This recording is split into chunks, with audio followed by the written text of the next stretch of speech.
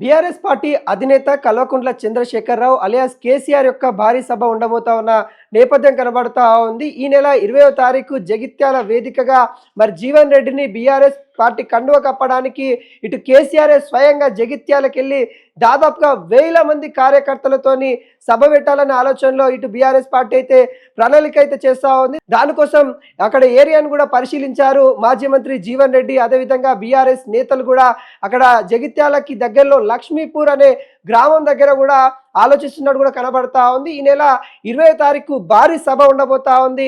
ఇటు ప్రత్యక్షంగా ఇటు కాంగ్రెస్ పార్టీకి సంబంధించిన నేతలకి చివాట్లు పెట్టే ప్రణాళిక అయితే ఉన్నట్టు కూడా కనబడతా ఉంది. ఎందుకంటే జీవన్ రెడ్డి అనేక సార్లు కూడా ఇటు కాంగ్రెస్ పార్టీని విమర్శిస్తూ ఉన్నారు. నిన్న ఎర్రబెల్లి ఫామ్ హౌస్ కు వెళ్ళిన తరుణం కూడా చూసాము.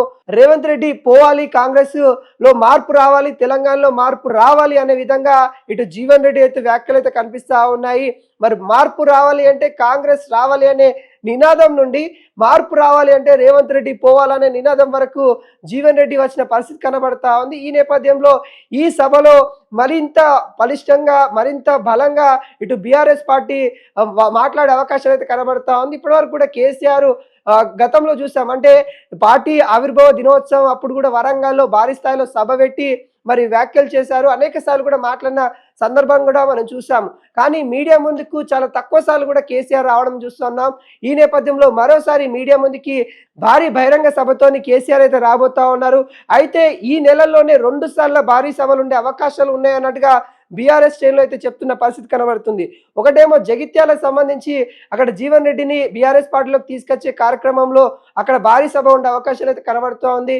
ఇంకొకటి బీఆర్ఎస్ పార్టీ, అంటే అప్పుడున్న టీఆర్ఎస్ పార్టీ తెలంగాణ రాష్ట్ర సమితి పార్టీ ఏదైతే ఉందో 2001 ఏప్రిల్ 27వ తారీఖు మరి ఇక్కడ ఆవిర్భవించిన రోజు కాబట్టి ఆ రోజున పురస్కరించుకొని నల్గొండ వేదికగా మరి మరో సభ ఉండే అవకాశాలు అయితే కనబడతా ఉన్నట్టుగా అటు బీఆర్ఎస్ సీనియర్ నేతలు అయితే చెప్తా ఉన్న నేపథ్యం అయితే కనబడతా ఉంది. అయితే నల్గొండ సంబంధించి సభ గురించి కూడా కొన్ని లీకులు అయితే ఇస్తా ఉన్నారు. అక్కడ ఓన్లీ లీడర్లతో మాత్రమే ఇటు కేసీఆర్ వెళ్ళి మాట్లాడే అవకాశాలు అయితే కనబడతా ఉంది అన్నట్టు కూడా తెలుస్తా ఉంది. అయితే జగిత్యాలకు సంబంధించిన ఈ సభ మాత్రము యావత్ తెలంగాణలో ఉన్న నలుమూలలో ఉన్న ప్రజానీకాన్ని కూడా అక్కడ తీసుకెళ్లే ప్రయత్నం అయితే అటు బీఆర్ఎస్ శ్రేణులు అయితే చేస్తూ ఉన్నారు. అయితే ఈ సభ ఏదైతే ఉంటుందో ఈ సభ తర్వాత మరో రాజకీయాలు వేరే ఉంటాయి అన్నట్టుగా అటు బీఆర్ఎస్ శ్రేణులు అయితే చెప్తా ఉన్నారు. అంటే తెలంగాణ మొత్తం కూడా ఇప్పటికే అధికారంలో ఉన్న పార్టీ ఏదైతే ఉంటుందో అధికారం పార్టీలోకి చాలా మంది కూడా వెళ్తారు. అంటే ప్రతిపక్షంలో ఉన్న నేతలంతా కూడా ఇటు అధికారంలో ఉన్న పార్టీ వైపే చూస్తారు.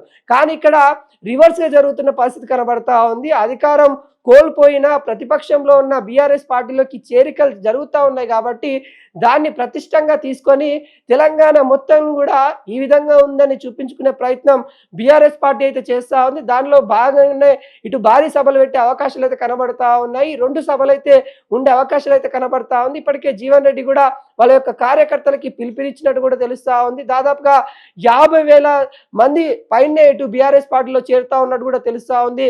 అంటే జీవన్ రెడ్డికి సంబంధించిన అనుచరులే అంతమంది ఉన్నారు అనే విధంగా అటు చెప్తున్న పరిస్థితి కనబడతా ఉంది. అదేవిధంగా అటు జగిత్యాలతో పాటు ఉమ్మడి వరంగల్, ఉమ్మడి కరీంనగర్, ఇటు ఉమ్మడి నిజామాబాద్ సంబంధించిన చాలా మంది కూడా బీఆర్ఎస్ నేతలు అయితే వచ్చే అవకాశాలు అయితే కనబడతా ఉంది. అక్కడ భారీ సభని ఏర్పాటు చేశారు అన్నట్టు కూడా తెలుస్తా ఉంది. అంటే గతంలో కూడా కేసీఆర్ ఏం మాట్లాడతారు అనే అంశాలు కూడా చాలా మంది ఉత్కంఠగా వెయిట్ చేశారు. కేసీఆర్ సభ అంటేనే చాలా మంది తెలంగాణ ప్రజలు కూడా ఉత్కంఠగా వెయిట్ చేస్తారు.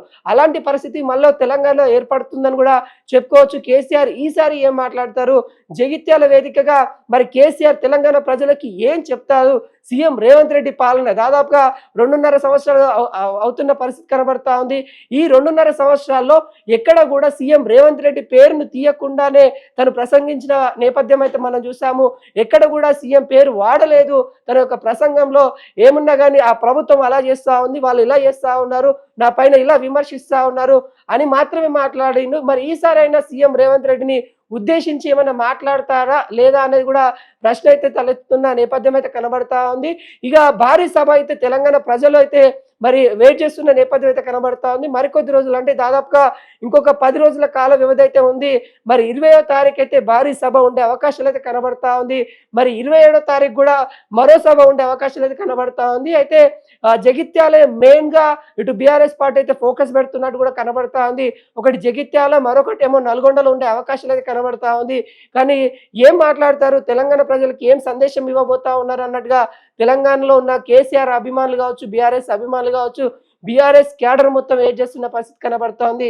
అయితే 27వ తారీఖు క్రియాశీలక కార్యక్రమాలైతే ఉండబోతున్నట్టు కూడా తెలుస్తా ఉంది. బీఆర్ఎస్ పార్టీకి సంబంధించి కూడా ఇటు గ్రామ స్థాయి, మండల స్థాయి, జిల్లా స్థాయికి సంబంధించిన ఇన్ఛార్జ్‌లను నియమించే అవకాశాలైతే కనబడతా ఉంది. కొత్త నాయకత్వాన్ని ఇప్పటి నుండే రూపొందించుకోవాలనే ఆలోచనలో బీఆర్ఎస్ పార్టీ అధినేత ఉన్నట్టు కూడా తెలుస్తా ఉంది. దాంట్లో భాగంగానే ఈ 2 కార్యక్రమాలు ప్రతిష్టంగా ఉండబోతున్నట్టు కూడా తెలుస్తా ఉంది.